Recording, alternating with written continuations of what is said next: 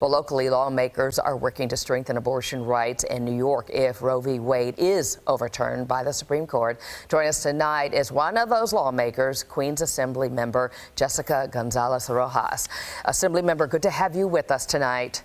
Thanks for having me. So let's talk about the proposed bill, Reproductive Freedom and Equity Fund.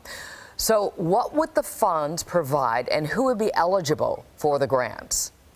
Great. So the fund would be created in order to drive resources and money to both providers and nonprofit that facilitate access to abortion care. So there's three things. It would provide capacity like training, expansion, security.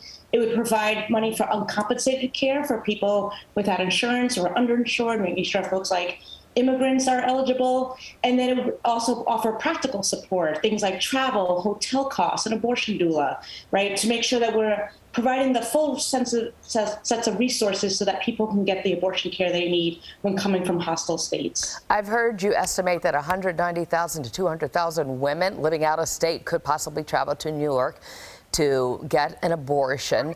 Does New York have that capacity right now? Well, you know, we have wonderful providers and clinics, but the purpose of my bill is to create more capacity for those to make sure that they have the tools and resources to be able to accept those folks coming in from those states. You know, many states around us are hostile to abortion care, so New York wants to be and will be a beacon of access and a safe haven for those seeking abortion care. So that's exactly what my bill would do. So if we're looking at just the practical needs that individual will face, what are we talking about?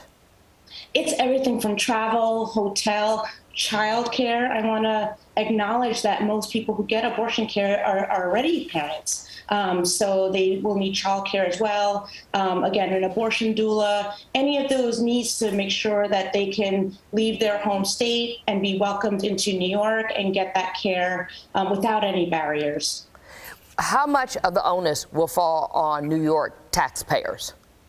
Well, we're looking at hopefully $50 million for this fund. We're working with our Assembly and Senate colleagues as well as the Governor's office. But this is an investment in our future. We know 1 in 3 women across the country would have an abortion in her life. So we want to make sure that we're supporting and upholding Roe and being a beacon for our people who can get pregnant when the Supreme Court has quite failed us. Are you getting any pushback? Not yet. Honestly, there's been a lot of support. A majority of voters support abortion access. It is, you know, wildly something that people need and use and actually help them be able to live their full lives.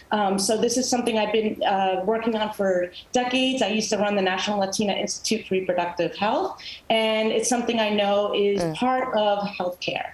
All right, Assembly Member Jessica González-Rojas joining us tonight on the 6 o'clock news. Good to have you on. Thank you. Thank you.